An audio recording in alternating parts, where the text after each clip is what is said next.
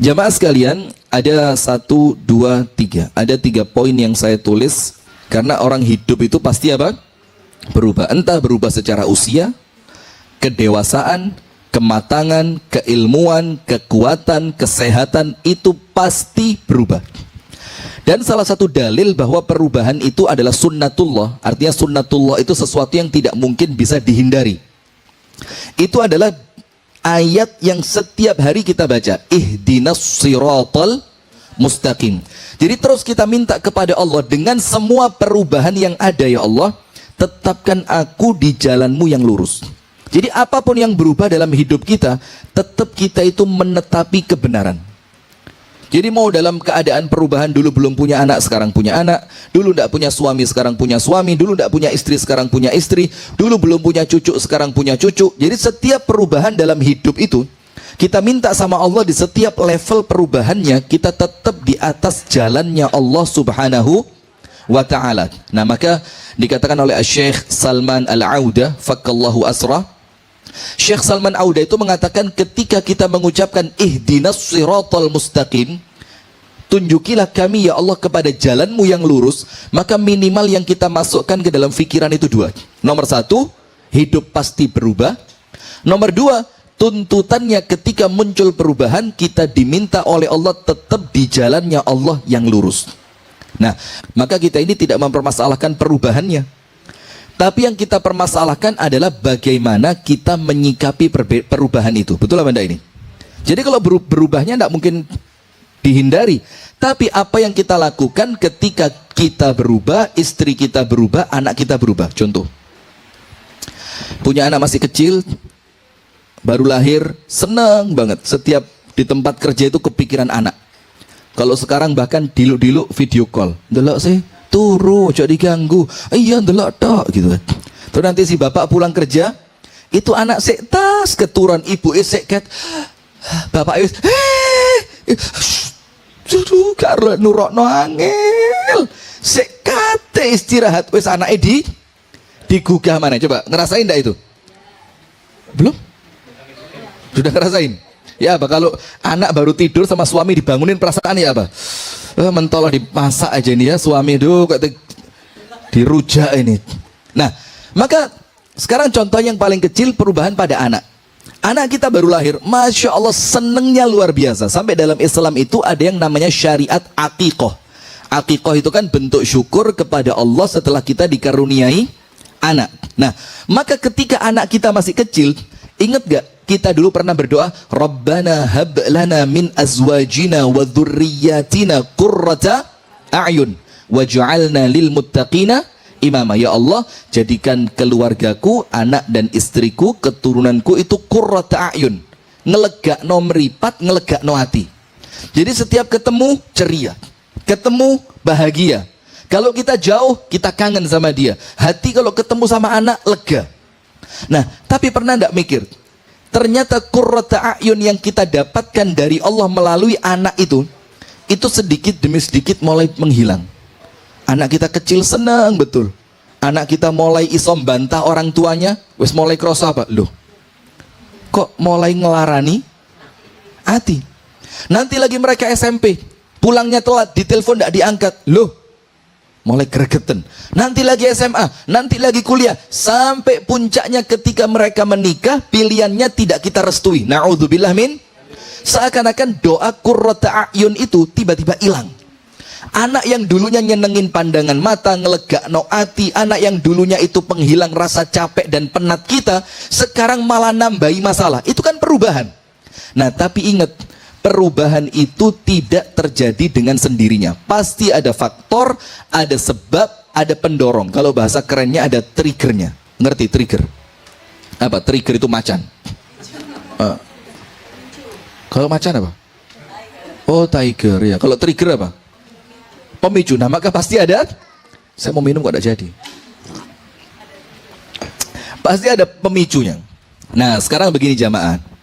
Yang pertama, yang kita perlu fahami tentang perubahan dalam rumah tangga, itu nomor 1 dulu, kita perlu tahu cara agar cinta dan kasih sayang di rumah tangga itu tidak pudar sampai kapanpun. Nanti insya Allah Kalau saya dapat videonya, saya kirim ke Bu Vera, saya tidak punya. Saya kirim ke siapa lah nanti? Ke Pak Yunus.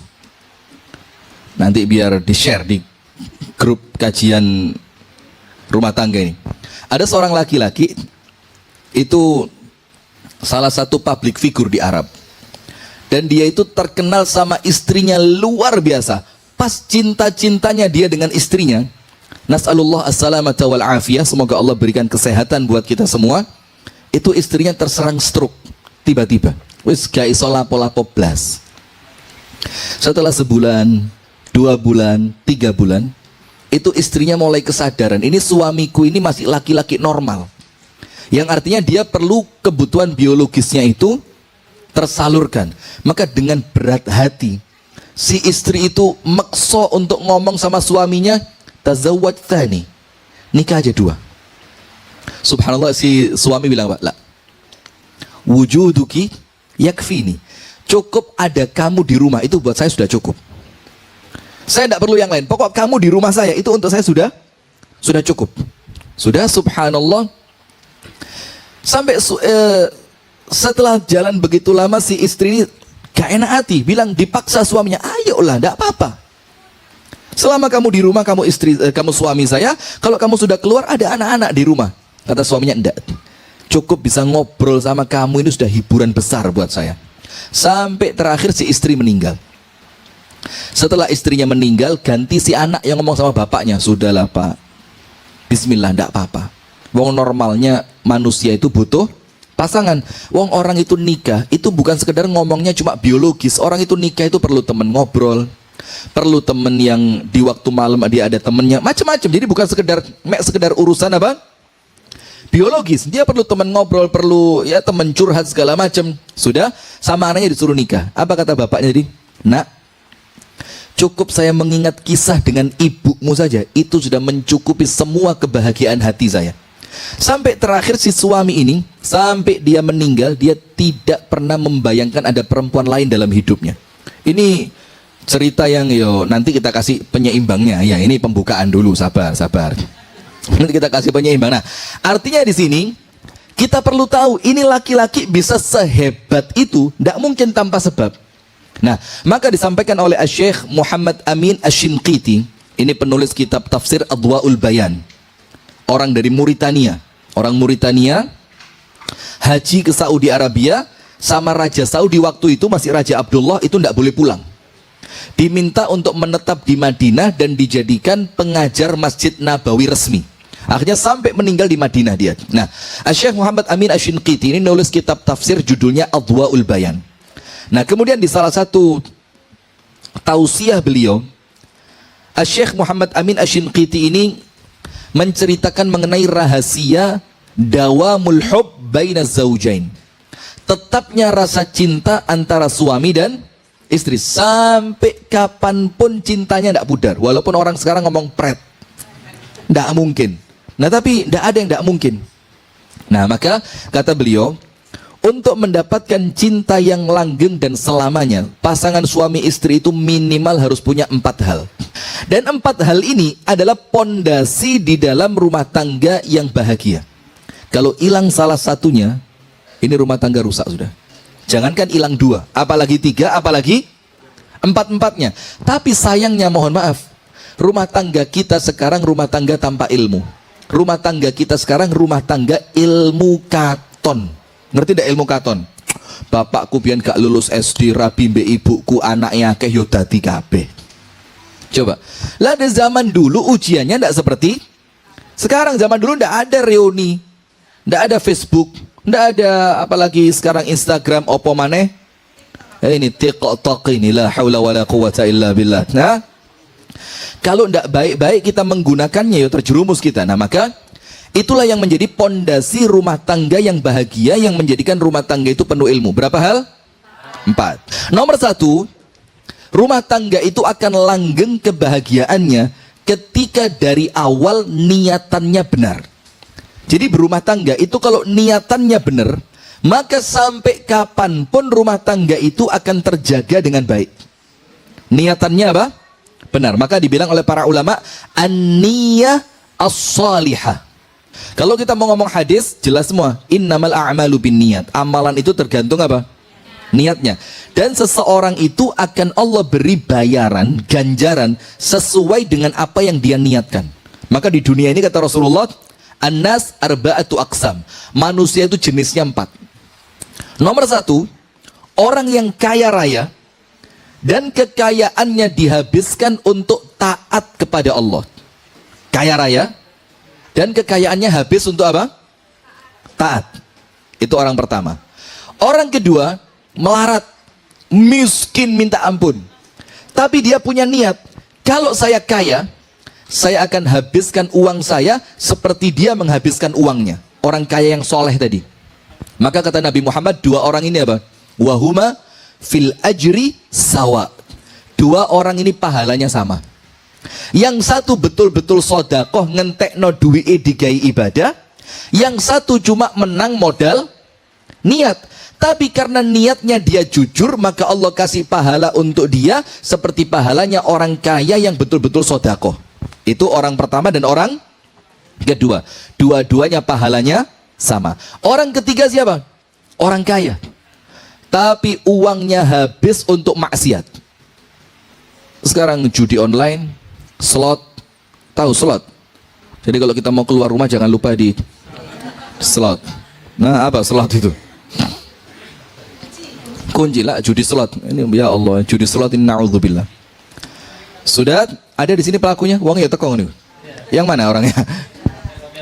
Oh, kopiah merah. Masya Allah. Nah sudah, maka artinya orang yang ketiga kaya raya tapi menghabiskan kekayaannya untuk maksiat. Itu orang ketiga. Orang keempat apa? Miskin tapi jerone ati punya niat, kalau saya kaya, saya kepingin seperti orang itu. Ngentekno duwike digawe maksiat. Party, karaoke, klub malam, narkoba, judi, mabuk, segala macam. Maka 2 orang terakhir ini celakanya apa? Kata Nabi Muhammad, wahuma fil wizri sawa. Wong loro iki dosane podo.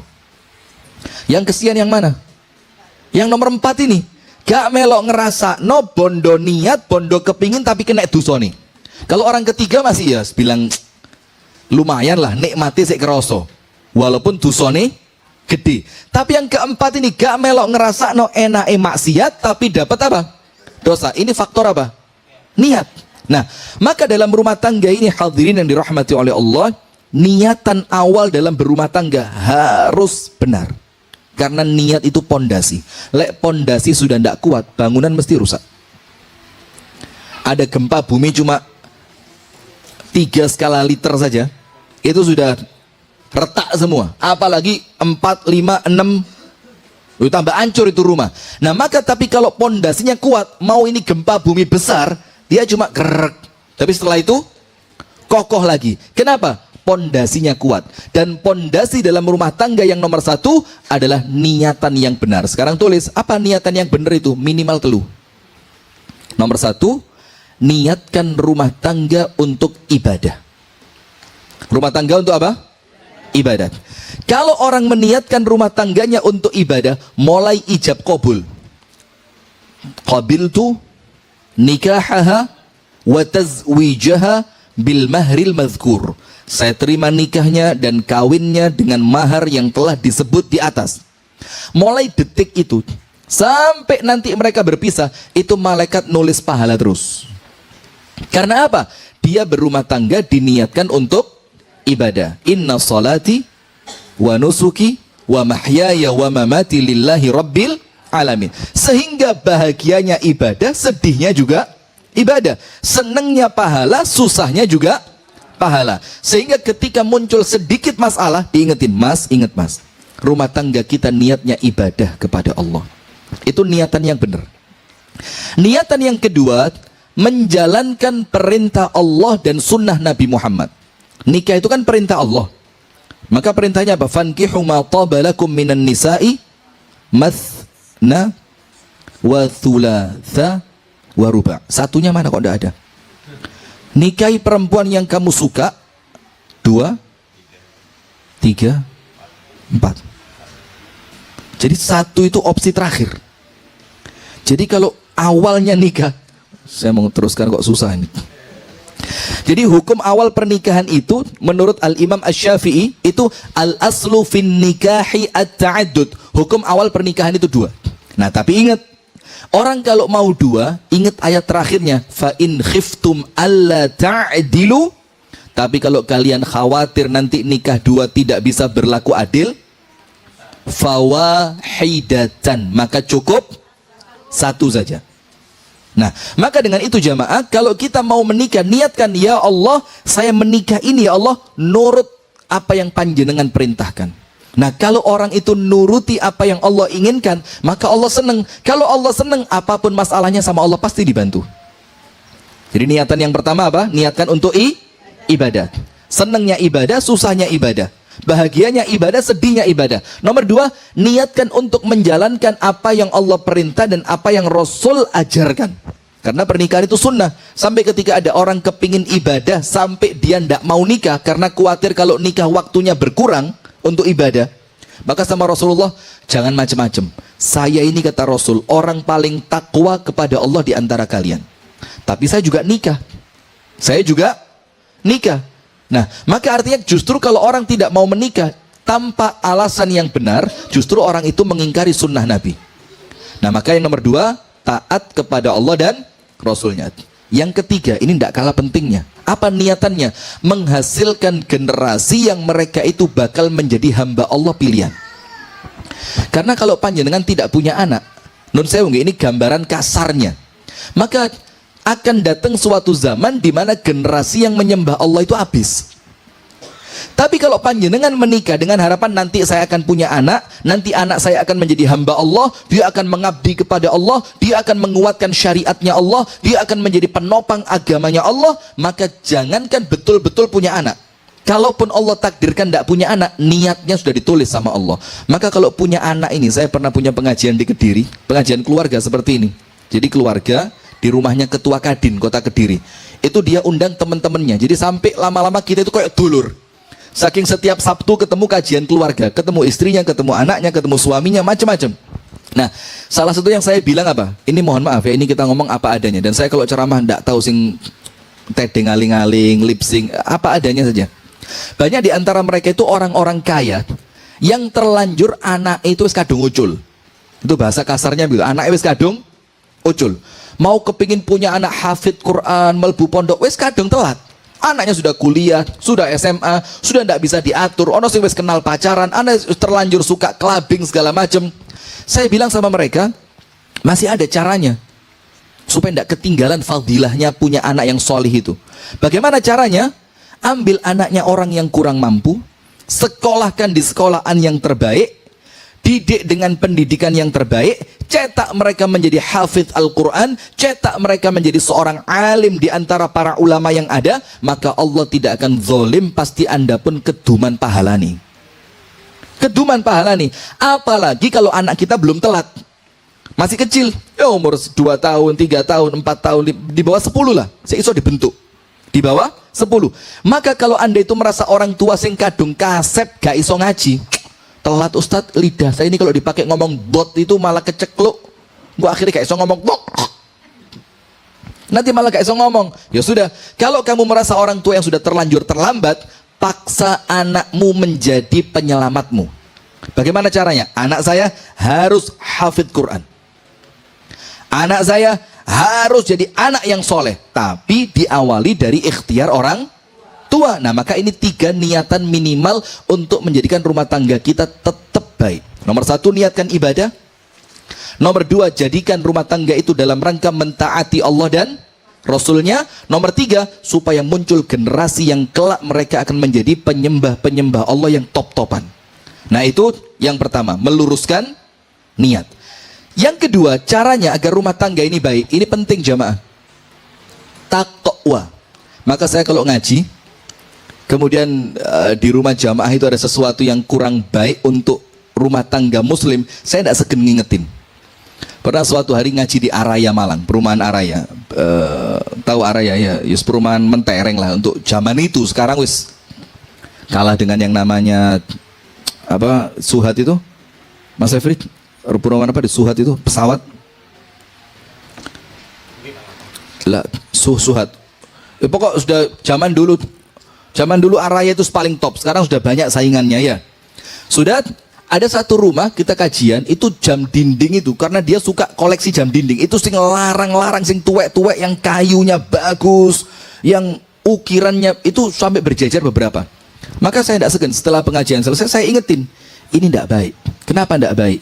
Ini bisa masuk dalam koridor tabdzir, mubazir, berlebihan. Karena dalam Islam itu yang dicari bukan senengnya hati tapi manfaatnya apa.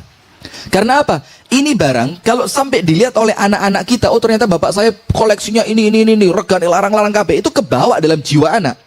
Nah maka saya ingetin, nah termasuk pada poin yang kedua ini setelah nomor satu niat, nomor dua apa?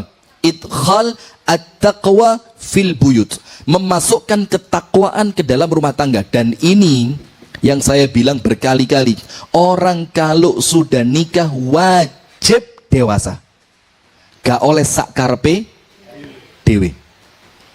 Kalau masih sak karpe dewe, kalau belum nikah minimal yang rugi dirinya sendiri. Tapi kalau belum dewasa maksa nikah, nanti korbannya istri, boleh jadi korbannya suami, dan yang parahnya kalau anaknya yang jadi korban. Dan itu kejadian di zaman Umar. Di zaman siapa? Umar. Ada anak kecil, katakanlah umurnya sudah mulai menginjak 12-13 tahun. Sama bapaknya minta ampun, diceluk itu gak sampai ngotot, gak datang dia. Dipanggil gak mau nurut. Diajak ngomong, nyentak-nyentak. Orang Surabaya paham nyentak ya? Apa nyentak itu? Ayo, wak. Kayak listrik tegangan tinggi. Kayak anunya PLN tuh, logonya PLN. Set. Luar biasa. Kalaupun dia diajak berbicara, bentak. Dipanggil tidak datang. Kalau disuruh tidak pernah taat. Dilaporin sama bapaknya sama Umar, ya Umar, tolong anak saya dihukum. Kenapa anak saya ini minta ampun, diceritain begini. Dipanggil si anak sama Sayyiduna Umar radhiyallahu an. Ketika dipanggil ditanya, nak bapakmu lapor. Apa yang dia lapor? Katanya kamu begini. Anaknya bilang, Ustamin, yaitu saya. Tidak protes belas, ngaku, yaitu saya. Terus kata Umar, kalau begitu kamu tidak ngerti ini durhaka. Tunggu dulu Umar. Sebelum panjenengan menuduh saya durhaka, saya mau tanya dulu, apa sih kewajiban orang tua yang itu haknya anak yang wajib dipenuhi? Ini loh Pak, Bu. Jadi kita ini punya anak, tanggung jawab. Dan tanggung jawab kita bukan cuma ngasih makan, minum, tempat tinggal, pakaian. Tapi tanggung jawab kita apa? Qu anfusakum wa ahlikum naro. Jadi kalau sampai anak kita ucul, waduh, na'udzubillah. Ucul dalam artian bahasa Jawanya itu mursal. Mursal itu nakale wis top. Itu ya tanggung jawabnya siapa? Orang tua. Maka si anak tadi sebelum dihukum sama Umar, dia tanya, apa sih kewajibannya orang tua yang wajib ditunaikan kepada anaknya? Umar bilang minimal 3. Nomor 1, an yakhtara lahu umman salihatan, dipilihkan untuk seorang anak tadi ibunya harus solihah. Kalau perempuan berarti harus mencarikan calon bapak yang soleh. Jadi tidak moro-moro ketemu wong di pinggir rembong, kenalan cocok rabi. Tidak bisa, apalagi carinya di CFD. Tidak bisa. Maka kata si anak tadi, apa yang pertama wahai Umar? Dipilihkan untuknya ibu yang baik. Anak itu ngomong apa? Maaf wahai Amirul Mukminin, saya tidak punya ibu yang baik. Loh, kaget Umar. Kok ada seorang anak tidak bangga kepada ibunya? Umar tanya, waman ummuk, ibumu siapa?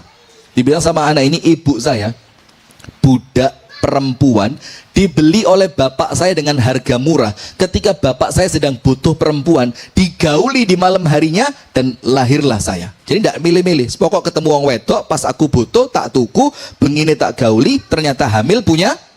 Ya itu saya. Dan ibu saya ini bukan siapa-siapa. Kata Umar, oh satu, kamu tidak dapat hak kamu. Jadi tidak sembarangan ini. Jadi kan kalau dalam pepatah bahasa Indonesia itu apa? Buah jatuh tidak jauh dari pohonnya. Maka kita ini ketika nikah, nanti saya tanya, tapi kudu jujur loh ya, jujur, tidak usah gaya tok ya, jujur. Kita ini kalau nikah, itu sudah harus kebayang, saya kalau nikah sama dia, nanti kalau punya anak, kira-kira anak saya seperti apa? Misalkan Anda kepingin punya anak jadi pemain bola, nah, seperti Ustadz ini. Maka minimal Anda kalau nikah sama siapa? Ya pemain bola, wasit, pelatih, atau minimal pekerja di pabrik bal lah, sini bentinanya ke bal ya. Karena apa? Itu minimal mendekatkan Anda pada cita-cita Anda. Nah, karena kita ngerti al-irqu dassas, kalau dalam bahasa Arab al-irq dassas. Irq dassas itu apa? Getih itu kayak iso digoroi. Maka kalau ada anak nawakal di kampung, anak sopo nyebut nama, oh yo gak salah. Lah anaknya siapa namanya tadi? Yang di CFD tadi loh. Oh yo gak salah. Lah anaknya gitu loh. Pernah dengar gak model-model seperti itu? Anaknya sopo? Iki, ibumu sopo? Iki, oh yo mesti ai. Coba. Nah, maka ketika kita mau nikah itu minimal ono bayangan di sini. Jadi kita nikah itu bukan cuma untuk kita, tapi untuk mencetak calon generasi kita. Maka kata anak tadi, Umar, ibu saya tidak baik. Kata Umar, ya sudah, satu kamu udah dapat. Nomor dua, apa haknya anak yang wajib dipenuhi oleh orang tuanya? An yusammihi bismil hasan, dikasih nama yang baik. Maka kalau dalam Islam kita kan ngerti ya, nama itu mengandung doa. Karena setiap kita panggil dia, maka ada doa di sana. Misalkan kita panggil nama Ahmad. Ahmad itu kan yang terpuji. Ahmad itu minimal juruniati. Yang mana? Yang mana? Ahmad yang mana? Masya Allah. Ini orang Arab bilang al-ism yadullu alal musamma. Nama sesuai dengan yang diberi nama. Yo ini Masya Allah. Terpuji ya. Nah, itu haknya anak yang wajib dipenuhi siapa? Orang tua. Anak tadi bilang apa? Maaf Umar, nama saya jelek. Ditanya, namamu siapa? Ismi Ju'al.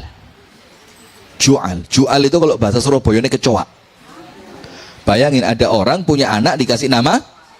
Tapi Anda perlu tahu, Anda buka kitab Ar-Rahiqul Makhtum, Asy-Syaikh Mubarak Furi, sejarah Nabi. Kenapa sih orang-orang Arab itu sebagian dari mereka memberi nama untuk anak mereka itu nama binatang buas? Asad, Namir, Zufar, itu nama-nama binatang buas. Macan, singa, serigala, gagak yang cakarnya itu bisa nembus kulitnya badak. Itu Zufar. Kenapa kok orang-orang Arab itu terbiasa dengan memberi nama anak mereka itu binatang buas? Karena mereka ngasih nama untuk anak mereka untuk musuhnya. Jadi untuk ngewedeni siapa? Lah mungkin si anak ini bapaknya musuh itu wedi kecoa. Jadi anaknya jadi korban. Jadi korbannya dikasih nama apa? Kecoa. Karena itu disiapkan untuk calon musuhnya nanti. Nah sudah, maka kata Umar, ya sudah, yang kedua kamu tidak dapat. Yang ketiga apa? An yu'allimahu al-kitab was sunnah. Bapak itu tanggung jawabnya mengajarkan untuk anak itu agama sing bener, Islam, Al-Quran dan sunnah, hadis. Kata anaknya, tidak bisa. Sama anaknya dibilang apa? Abi masyghul fi tijaratihi. Bapakku ini terlalu repot di dalam perniagaannya. Wes urusane pasar, bisnis, online shop, bungkus bahasanya apa kalau mau dikirim itu? Packing barang, sampai si anak ini tidak punya kesempatan untuk dididik Al-Quran dan As-Sunnah. Apa kata Umar? Nak, kamu pulang, durhaka ini bukan salahmu tapi salah bapakmu. Akhirnya anaknya disuruh pulang, bapaknya dipanggil, si bapak sama Umar dicambuk 8 kali cambukan karena kesalahannya mengorbankan siapa? Anaknya. Nah, itu loh takwa tadi. Maka orang nikah itu kudus dewasa. Dia meninggalkan kesenangan pribadinya untuk kesenangan bersama. Maka termasuk TV nih. Televisi seperti ini mohon maaf. Sekarang kan ada televisi itu 18 plus. Ada tulisan gitu kan? 13 plus. Ditulis di pojok kiri atau di atas ditulis sih. Nah, itu supaya ada bimbingan dari orang tua. Nah, tapi terkadang kita harus relakan ini keluar dari rumah kita. Karena apa? Loh, lah terus hiburanku apa? Ini kalau zaman sekarang gak manfaat, gak tau didelok zaman sekarang. Karena sekarang hiburannya itu apa? HP, bahkan televisi sekarang sudah connect dengan handphone, bisa ngelihat YouTube munculnya di layar TV. Zaman dulu ini satu-satunya hiburan ini.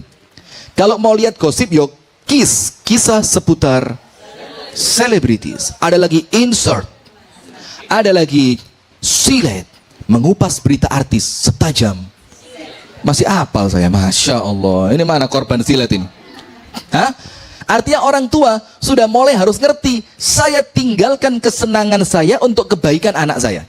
Maka orang tua yang seneng ngopi ba'dal isya, itu sudah mulai harus dewasa, tinggalan. Karena ba'dal isya sampai subuh, itu waktunya istri dan anak, tidak boleh di luar rumah. Kalau terpaksa mau ngopi, ajak istri, ajak anaknya. Tapi tempat ngopi di mana ngajak istri, ngajak anak yang bagus itu. Nah, maka yang kedua, takwa. Takwa itu apa sih? Takwa itu yang paling gampang semuanya tahu, menjalankan perintah Allah, menjauhi larangan. Kalau takwa dalam rumah tangga, supaya rumah tangga kita baik, itu maksudnya apa? Jangan sampai masuk ke rumah tangga kita. Ini anti, sudah pantangan, wajib dilakoni. Jangan sampai masuk ke rumah tangga saya sesuatu yang diharamkan oleh Allah. Dan tidak boleh di rumah tangga saya melalaikan perintah Allah. Maka tidak boleh di rumah kita ada orang yang tidur ketika azan subuh. Tidak boleh. Ini aku tuh abot ini. Karena yang kita inginkan juga sesuatu yang besar. Kita kepingin bahagia dunia sampai, mana mungkin pengen bahagia dunia akhirat, azan subuh, ini istrinya masih tidur, anaknya masih tidur, bahkan bapaknya masih. Ini terus bahagia model apa yang Anda mau cari? Terus lagi, tidak boleh di rumah tangga itu ada kemaksiatan. Saya pernah jamaah, saya tidak nyebut tempat ya, karena sekarang online semua ini, saya khawatir nanti orangnya pas lihat atau ada temennya tahu video saya dipotong, dikirim nang wongi. Ada satu dulu pengajian binaan kami, kajian kitab tauhid. Tapi untuk ibu-ibu yang sosialita, sing kalau ngaji itu pakai dress code. Dress code atau barcode? Dress code ya, pakai dress code. Mulai jilbab, gamis, tas, itu kembar. Saya diundang ngaji di sana.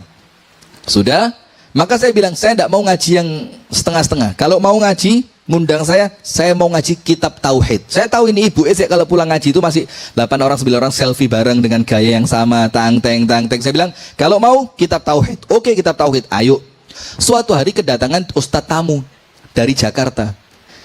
Timnya ustadz itu telepon sama tim saya. Ustadz, ini ada ustadz Fulan bin Fulan, saya tidak sebut nama juga ya. Yang kemudian dia datang ke Kediri.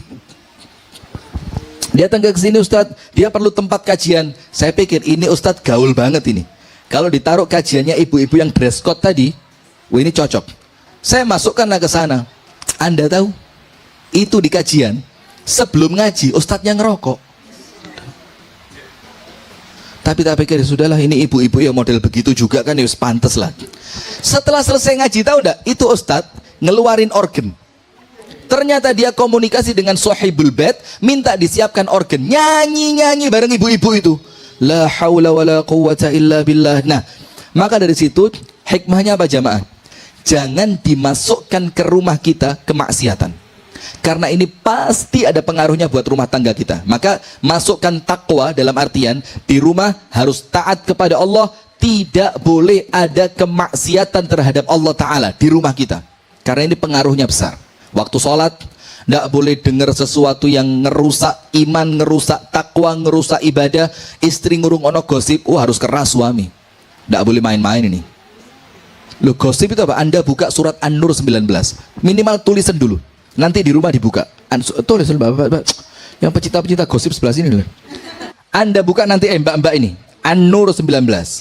An-Nur 19. Innal ladzina yuhibbuna an tashi'al fahishatu fil ladzina amanu lahum 'adzabun alimun fid dunya wal akhirah. Orang-orang yang senang dengan tersebarnya berita buruk di kalangan orang yang beriman, Allah ancam azab pedih dunia akhirat. Allah ancam dengan apa? Azab yang pedih dunia sampai. Karena apa? Tidak ikut menyebarkan, senang dengan tersebarnya berita jelek di kalangan umat Islam. Itu Allah ancam adab. Anda bayangin jamaah, ini saya ngomong serius ini. Bagaimana kalau kemaksiatan tadi itu masuknya di rumah tangga kita? Istrinya sering dengerin gosip, suami sering dan seneng dengerin gosip, dan itu masuk di rumah tangga kita. Allah ancam dengan adab dunia sampai. Coba. Terus apa perlu dilarang? Ya wajib. Itu poin kedua. Masukkan ke rumah tangga kita apa? Takwa. Apa pentingnya takwa? Semuanya tahu. Wa may yattaqillah yaj'al lahu makhraja. Orang kalau takwa ada masalah, Allah yang kasih jalan keluar. Wa yarzuqhu min haitsu la yahtasib. Rezeki Allah yang bikin lancar. Wa may yattaqillaha yaj'al lahu min amrihi yusra. Semua urusannya orang bertakwa Allah bikin gampang. Nah, kalau yang bertakwa itu suami, istri, anak, maka rumah tangga itu semuanya pasti mudah. Kenapa? takwa. Takwa itu masukkan ke rumah kita semua bentuk ibadah dan keluarkan dari rumah kita semua bentuk kemaksiatan. Maka tidak boleh anak-anak kita ngoleksi foto Blackpink. Blackpink, betul ya? Bukan Black Kongguan, Blackpink. Terus di kamar anak kita masang poster K-pop. Itu nomor 2, takwa. Nomor 3, harus ada hadiyun Nabi. Tarossum hadiyun Nabi. Tarossum itu apa? Gambaran rumah tangga Nabi di rumah tangga kita. Karena apa? Nabi Muhammad itu uswatun hasanah. Maka suami yang baik, suami yang niru Nabi Muhammad. Orang tua yang baik, orang tua yang niru Nabi Muhammad. Istri yang baik, istri yang sesuai tuntunannya Nabi Muhammad. Anak-anak yang baik, anak-anak yang sesuai dengan perintahnya Nabi Muhammad. Itu pasti terbaik. Sekarang pertanyaannya, tahu dari mana gambaran rumah tangga Nabi bisa masuk ke rumah tangga kita kalau tidak pernah ngaji? Coba. Sementara kita ini dibayangi bahagia itu yang penting sogih. Bahagia itu yang penting uang makan cukup, uang rekreasi ada, anak sekolah duitnya ada, kalau sakit berobat ke rumah sakit juga uangnya tersedia. Itu kesannya bahagia itu. Kalau nanti liburan kita tinggal pilih mau Batu, mau Pacet, mau Jawa Tengah, mau Jakarta, bahkan luar negeri mungkin KL mana? Kali, Kuala Lumpur ya, Kuala Lumpur atau NY New York, ntar semoh, Masya Allah. Bukan cuma itu, kalau cuma itu jamaah, mohon maaf ya, apa bedanya rumah tangga muslim sama rumah tangga non-Islam? Podo, mereka yo itu bahagianya. Tapi kita ini kepingin bahagia, dimana kalau sudah masuk rumah, tenang gak kepingin metu maneh. Kalau kita di luar rumah, kepikiran, kapan bakal pulang. Itulah yang kita mau, yang rumah tangga kita bakal bahagia. Maka harus ada gambaran rumah tangga Nabi. Contoh sedikit aja, contoh sedikit. Contoh ini ya mungkin basi ya, tapi kemudian ini yang memang perlu kita masukkan di dalam rumah tangga kita. Rasulullah itu pernah minum air, itu gelasnya barusan dipakai oleh Ibunda Aisyah. Ini supaya ada gambaran rumah tangga Nabi. Kesannya lebay, jembek mas, aduh kok. Kemudian ketika Rasulullah ngelihat Ibunda Aisyah habis minum, itu sama Rasulullah gelasnya diangkat. Ini saya lanjutkan aja ya. Terus Rasulullah padahal ya tahu bibirnya Ibunda Aisyah di sebelah sini. Tapi kalau langsung diminum di sebelah sini, Ibunda Aisyah tidak tahu bahwa Rasul nyari bekas bibirnya. Maka diputar sama Rasul. Setelah ketemu, Rasul letakkan bibirnya di pas tempat di mana Ibunda Aisyah meletakkan bibirnya, terus diminum. Terus Ibunda Aisyah mulai senyum. Itu kan kesannya kan kayak, apa sih? Kok ngunumen sih? Tapi yo itu contohnya. Terus contoh yang lain, Ibunda Aisyah pernah mau makan daging dari tulangnya. Itu sama Rasulullah, istrinya suruh makan duluan. Padahal kan adabnya suami dulu. Tapi Rasul enggak, kamu makan duluan. Digigit sama Ibunda Aisyah. Kemudian Rasulullah meletakkan gigitannya pas di tempat gigitannya Ibunda Aisyah. Dan itu kemudian ditambahi kalimat-kalimat yang rodok lebay didik lah. Karena rumah tangga kalau nggak ada lebaynya kayak kurang asik. Ini tadi awalnya ndak enak loh. Setelah saya paskan bibir saya di tempat bibir kamu, itu rasanya langsung enak. Coba. Maka itulah gambaran rumah tangga Nabi. Tapi ingat, bukan cuma itu. Tapi gambaran rumah tangga Nabi itu ada gambaran ibadah bareng. Rasulullah bangun tahajudnya jam berapa? Menjelang tengah malam. Nisfahu awin qusminhu qalila auzid alaihi warattilil qur'ana tartila. Separuh malam, kadang-kadang sebelum separuh malam, kadang-kadang lebih sedikit. Dan Rasulullah tidak membangunkan istrinya di jam itu, ndak. Rasulullah ibadah panjang sampai kira-kira azan subuh kurang setengah jam, baru Rasulullah bangunkan istrinya. Ayo Aisyah bangun, ayo Ummu Salamah bangun, ayo Zainab bangun, ayo ini bangun, bangunin semua. Kenapa begitu? Karena Rasul pengen mereka itu semuanya hidup dalam ketaatan kepada Allah. Nah, itu harus ada. Suami bangunkan siapa? Istri. Tahu kan hadisnya? Rahimallah. Hadisnya begini, artinya aja langsung biar cepat. Kita mau mempersingkat waktu. Allah merahmati seorang laki-laki. Ayo, Bu, dengerin, Bu. Jadi nanti kalau Anda dibegitukan sama suami, ojo ngamuk. Allah merahmati seorang suami yang dia bangun di waktu malam. Kemudian dia sholat. Sholatnya tahajud kan, karena malam. Kemudian setelah dia selesai beberapa rakaat, dia bangunkan istrinya. Dek, Ayo dek, bangun dek, waktunya ibadah kepada Allah dek. Ini zaman fitnah dek, ayo kita ibadah biar Allah selamatkan rumah tangga kita dari fitnah. Atau dengan kalimat-kalimat yang semacam itu. Kalau istrinya tidak mau bangun, diapain? Kerucuk. Ambil air dikit, dipercikkan air, lalu dibangunkan. Kemudian mereka bangun berdua dan sholat berdua. Ini rumah tangga yang Allah rahmati. Ini gambaran rumah tangganya Nabi. Ojo mek sekedar makannya di lantai, habis minum dicari bekas bibir istrinya, like garing mek ngono tok.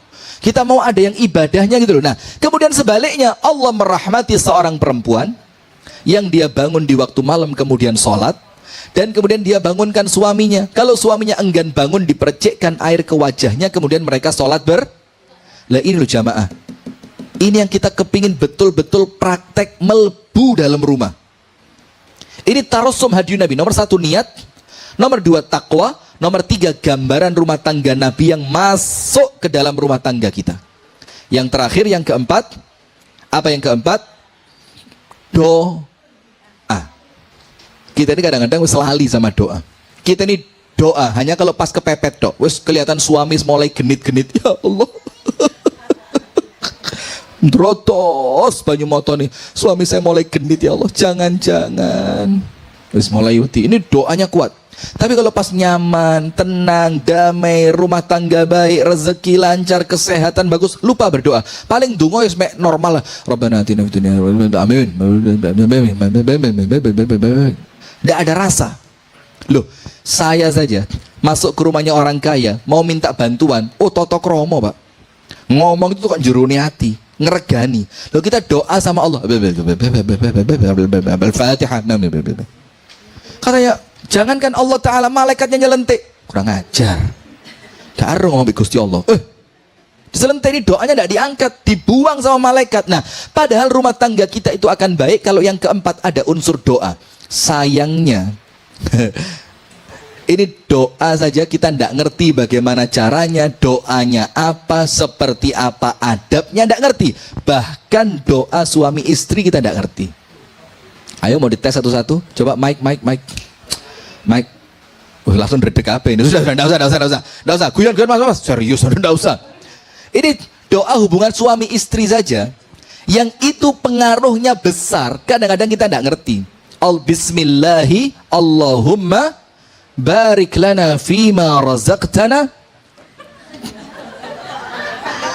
Ini kan mau makan istri. Nah, doanya bismillah Allahumma jannibna syaitan wa jannibi syaitana ma razaqtana. Ya Allah, jauhkan kami dari setan dan jauhkan calon anak kami dari gangguan.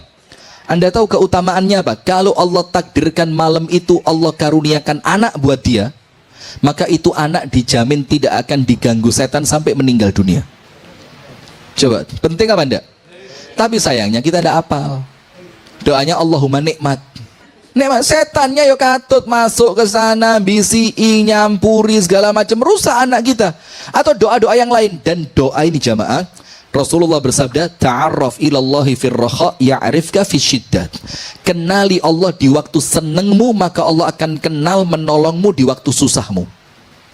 Berarti kalau mau doanya di waktu sempit cepat terkabul, di waktu seneng harus banyak apa? Doa. Nabi Yunus tahu? Nabi Yunus dimakan ikan apa? Paus. Ketika Nabi Yunus dimakan ikan paus, masuk ke dalam laut yang paling bawah. Untuk paus itu bahasanya apa ya? Mengendapkan yang dimakan sampai hancur, kemudian dia naik lagi ke atas. Itu disebutkan dalam Al-Quran fi dzulumatin tsalath. Nabi Yunus itu dilapis 3 kegelapan.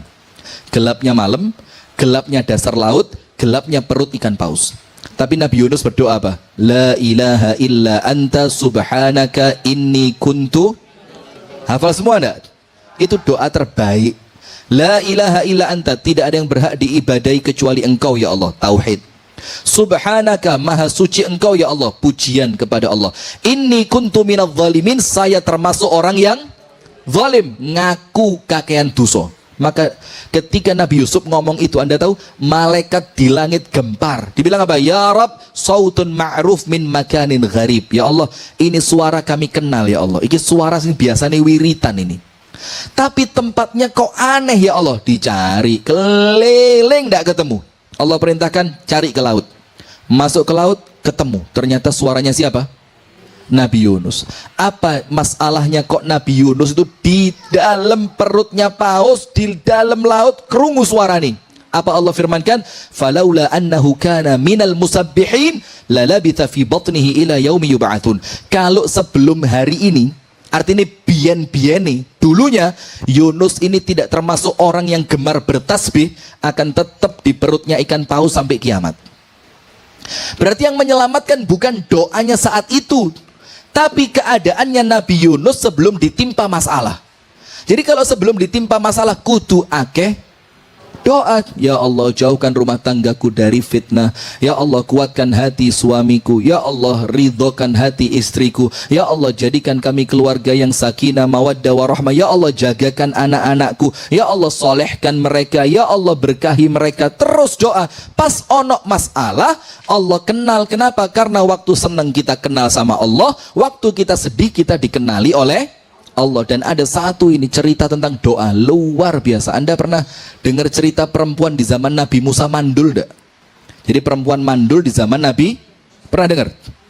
Ini ada perempuan di zaman Nabi Musa mandul, nikah sama lebih dari beberapa orang laki-laki. Ada di cerita 4, 5, 6, 7 nikah 7 kali. Tapi tetap si laki-laki itu menceraikan perempuan ini karena perempuan ini tidak bisa punya anak. Ganti suami tetap tidak punya anak. Si suami, mantan suami nikah ternyata punya anak. Berarti yang mandul si perempuan itu. Suatu hari si perempuan ini datang sama Nabi Musa. Dia bilang apa? Nabi Musa, engkau seorang nabi yang bisa langsung ngomong sama Allah Ta'ala. Tolong saya didoakan Musa. Apa mintamu? Mintakan kepada Allah supaya Allah karuniakan saya keturunan.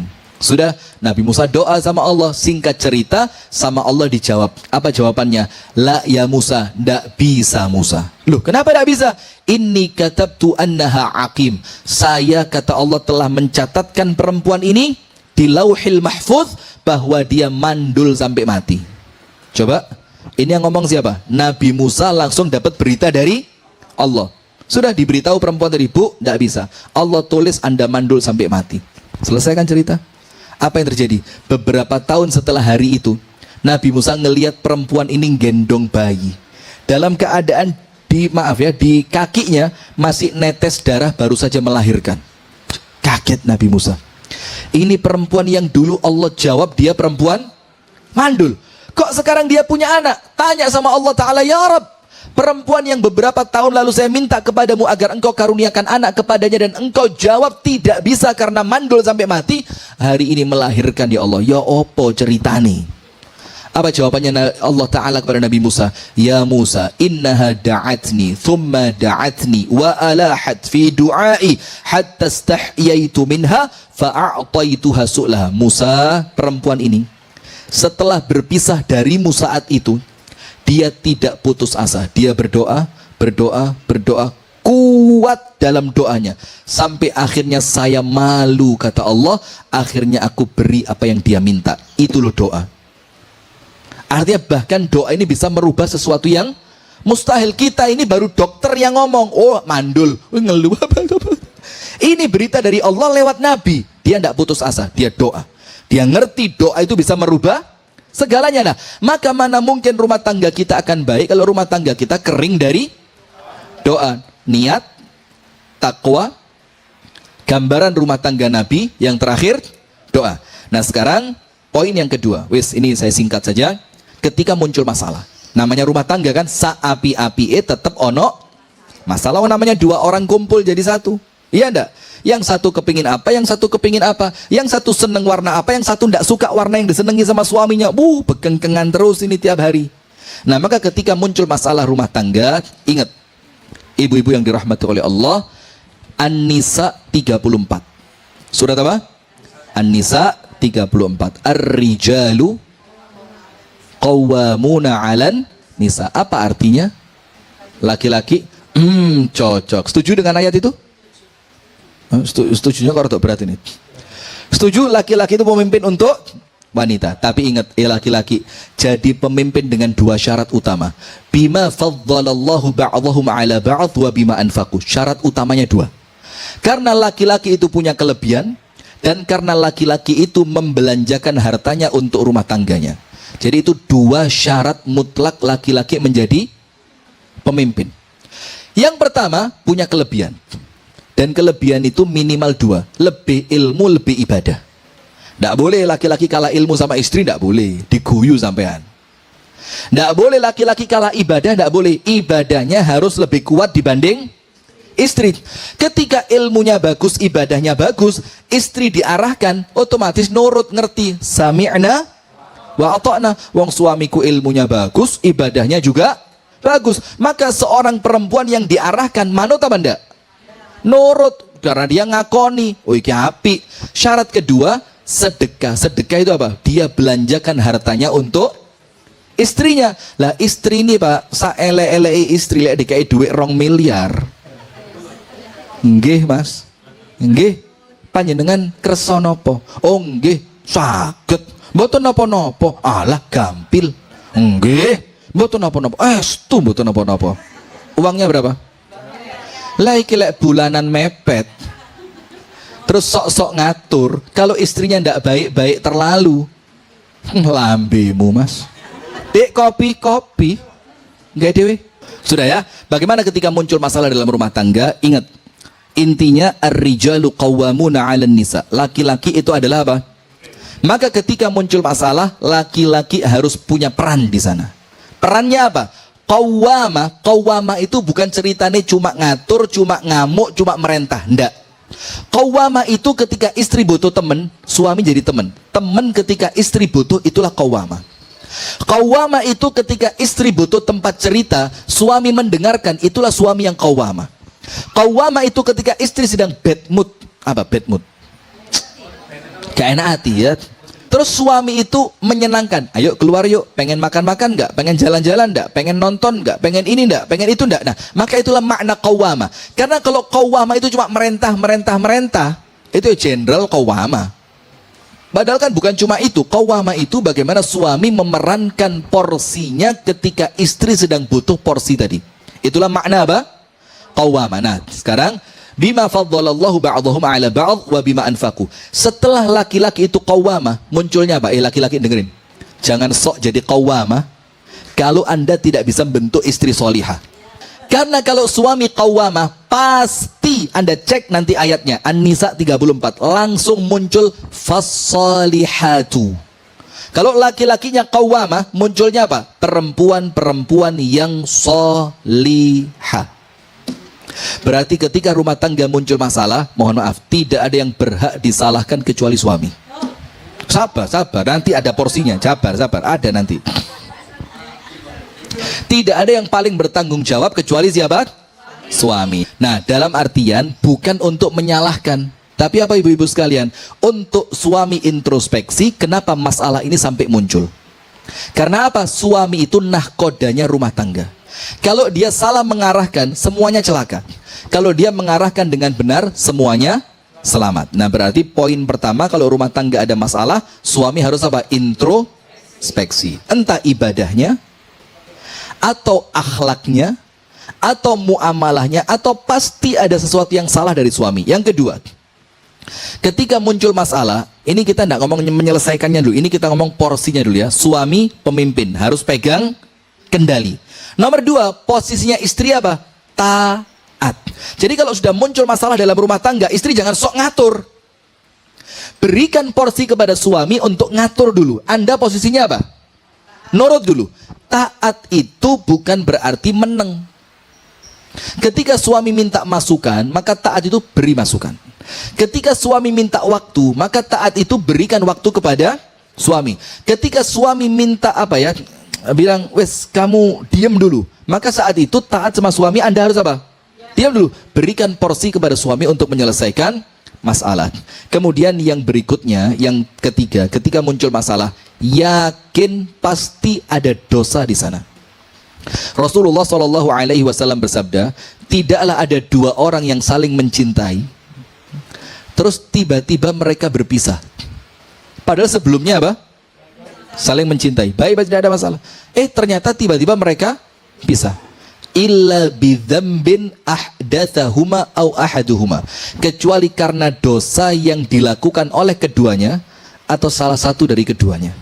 Kalau tidak ada, tidak mungkin. Karena ini hadis Nabi. Tidaklah dua orang saling mencintai kemudian mereka berpisah kecuali pasti ada dosa yang dilakukan di dalamnya. Ya entah dari suami atau istri atau bahkan keduanya. Terus solusinya apa?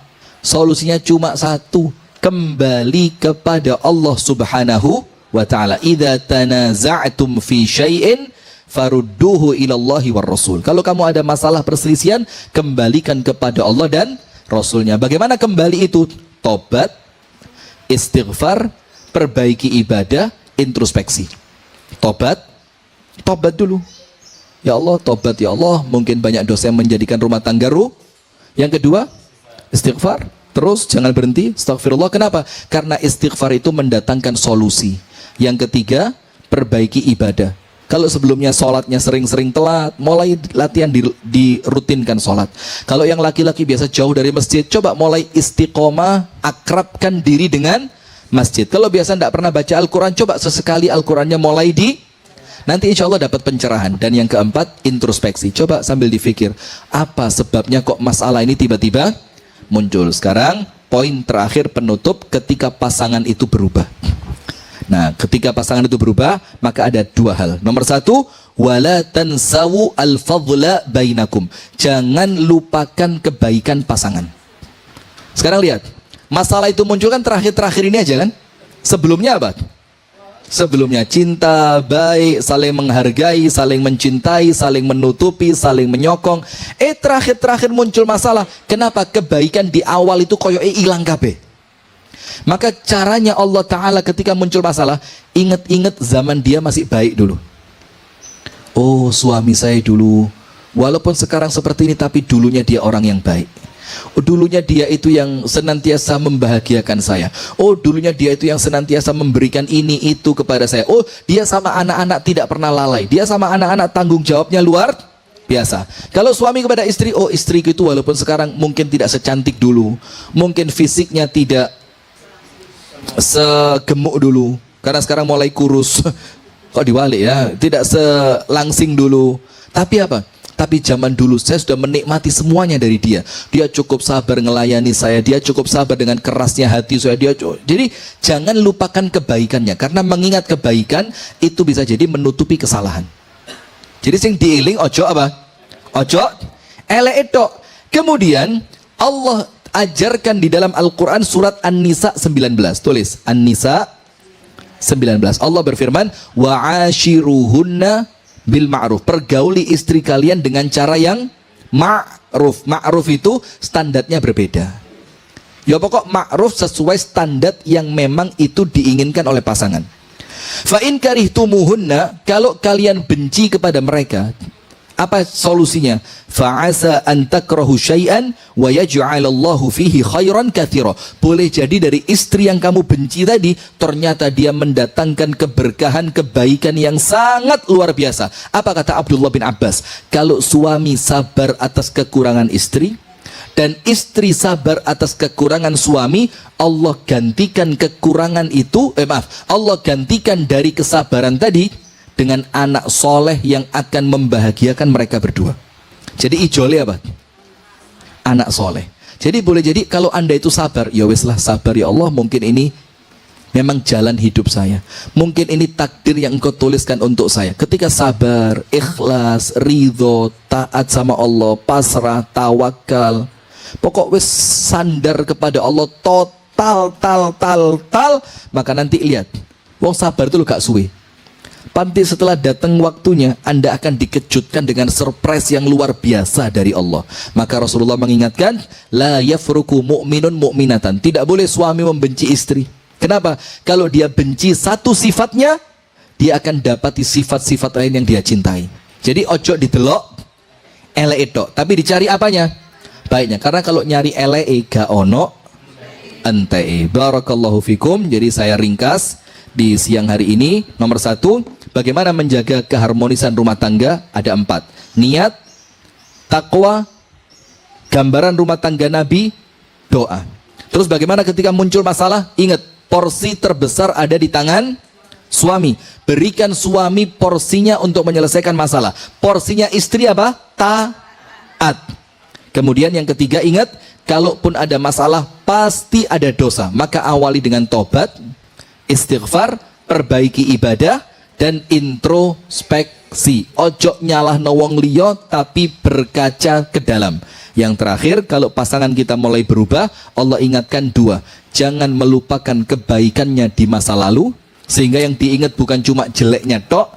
Dan yang kedua, jangan dibenci dan Anda disuruh sabar, karena di balik kesabaran itu Allah sudah menyiapkan surprise yang luar biasa. Assalamualaikum.